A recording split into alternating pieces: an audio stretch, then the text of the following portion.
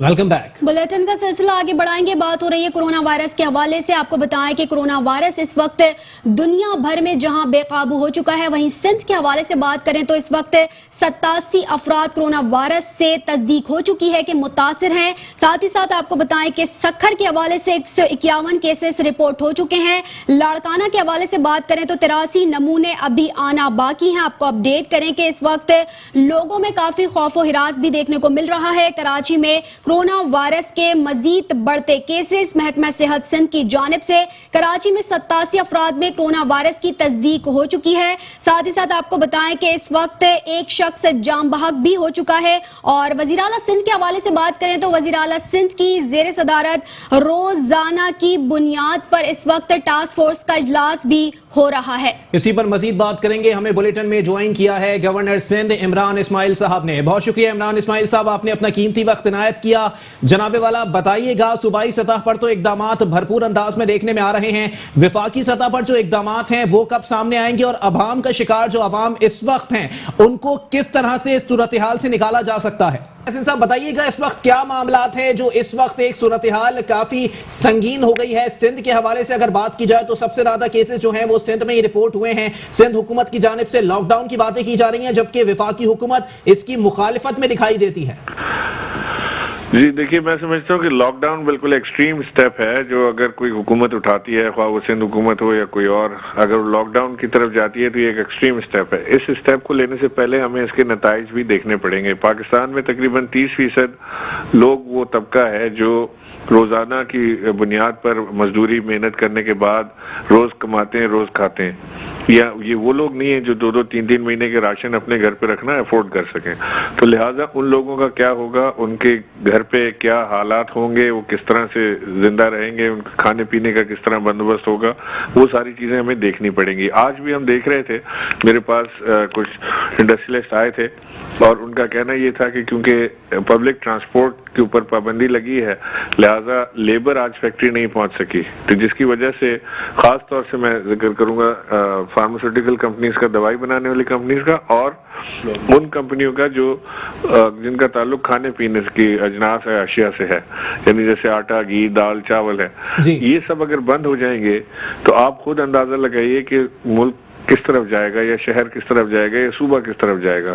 तो लिहाजा हमें थिंक थ्रू करने की जरूरत है। हमें देखना पड़ेगा कि हर एक्शन का जो रिएक्शन है या रिपरकशन है वो क्या होगा। तो लेकिन इमरान इस्माइल साहब, जानना आपसे ये भी चाहेंगे कि वजीर आला सिंध साहब की जानिब से भी 3 दिन के लॉकडाउन की अपील की गई है और आवाम से कहा गया है कि वो घरों से बाहर ना निकलें। सूरत हाल किस जानिब गामजन है? अगर लॉकडाउन एक एक्सट्रीम स्टेप है तो इस तमाम तर सूरत हाल से, इस वबा से निमटने के लिए क्या इकदाम किए जा सकते हैं? देखिए, ये मैं इसमें वजीर आला को सपोर्ट करूंगा कि अगले, क्योंकि 3 दिन छुट्टियां हैं और लोग इस 3 दिन में सोचते हैं कि वो कहीं पिकनिक पे चले जाएं, कोई हॉक्स पे चला जाए, या कोई सी व्यू पे निकल जाए, समंदर की सैर हो जाए, या कोई और कहीं मिल बैठ के कहीं खाना पीना हो जाए, और उससे ये वबा बढ़ने के खतरात ज्यादा होते हैं। तो लिहाजा ये जो अपील है कि लोग घरों से कम निकलें, जरूरत के बगैर ना निकलें, बिला वजह ना मिक्स इन हो, हॉक्स पे जाने की जरूरत नहीं है। ये वक्त ऐसा नहीं है कि आप एंजॉय करें, इसमें आपको अपने घर में मैसूर होना है और वॉलंटियर तौर पे होना है। ये कोई इस वक्त कर्फ्यू सिचुएशन नहीं है, मुल्क में कोई कर्फ्यू नहीं लगा, ना लगने जा रहा है, ना ऐसी कोई बातचीत हो रही है। तो लिहाजा ये अपील तो मैं भी लोगों से करूंगा कि जो छुट्टियां आ रही हैं, इन छुट्टियों में घर पे रहें। हुकूमत पाकिस्तान ने 23 मार्च की जो तकरीबात हैं, उन्हें जो पाकिस्तान की बड़ी आला तकरीबात में से एक होती है, वो हुकूमत पाकिस्तान ने पोस्टपोन किए हैं, ये कैंसिल किए हैं। तो इस बात से सिवियरिटी का लोगों को अंदाजा होना चाहिए कि अगर ये इतनी बड़ी तकरीब हुकूमत पाकिस्तान कैंसिल कर रही है तो ये एक मैसेज है लोगों के लिए कि वो अपने घरों तक रहें। इमरान इस्माइल साहब, जानना आपसे ये भी चाहेंगे, जाहिर सी बात है लॉकडाउन की सूरत हाल इस वक्त पैदा हो गई है, हालात कशीदा हैं, मईशत पर जो असरात मुरत्तब हुए हैं उनसे कैसे निपटा जाएगा? जिंदा रहेंगे तो मईशत से भी निपट लेंगे इंशाल्लाह। मईशत का तो जो मामला है वो बाद में हम हिट भी ले लेंगे, कुछ नुकसान उठा लेंगे, मिल वाले भी नुकसान उठाने के लिए तैयार हैं, मुल्क भी नुकसान उठाने के लिए तैयार है। सबसे अजीज इस वक्त हमें जो है वो इंसानी जिंदगी है, और इंसानी जिंदगी का ज़िया, ख्वाह वो कोरोना वायरस की सूरत हो, ख्वाह वो फूड सिक्योरिटी या खाने पीने की अशिया मुहैया फराहम ना होने की सूरत हो, नतीजा अगर मौत है तो वो किसी सूरत भी काबिल कबूल नहीं है, इससे हम पूरी जंग लड़ेंगे। अच्छा इमरान इस्माइल साहब, ये भी बताइएगा कि इस वक्त जहां जहां से लोगों का दाखिला पाकिस्तान के अंदर होता है, यानी बॉर्डर्स हैं या फिर इंटरनेशनल एयरपोर्ट्स हैं, वहां पर स्क्रीनिंग का जो अमल है वो क्या इत्मीनान बख्श समझते हैं आप? मैं तो कराची एयरपोर्ट पे गया था, मैंने खुद उसका पूरा दौरा किया और मैं समझता हूँ कि बहुत जबरदस्त किस्म का बंदोबस्त वफाक ने किया है। जो लेटेस्ट इक्विपमेंट मौजूद है कराची एयरपोर्ट पे, जिससे ऑटोमेटिक स्क्रीनिंग होती है। असल में बहुत सारे लोगों को ये नहीं पता चलता कि स्क्रीनिंग किधर हुई उनकी, क्योंकि वो कैमरास के थ्रू हो रही है, इंफ्रारेड कैमरास लगे हुए हैं, वो डिटेक्ट करते हैं कि किसका हाई टेम्परेचर है किसका नहीं है।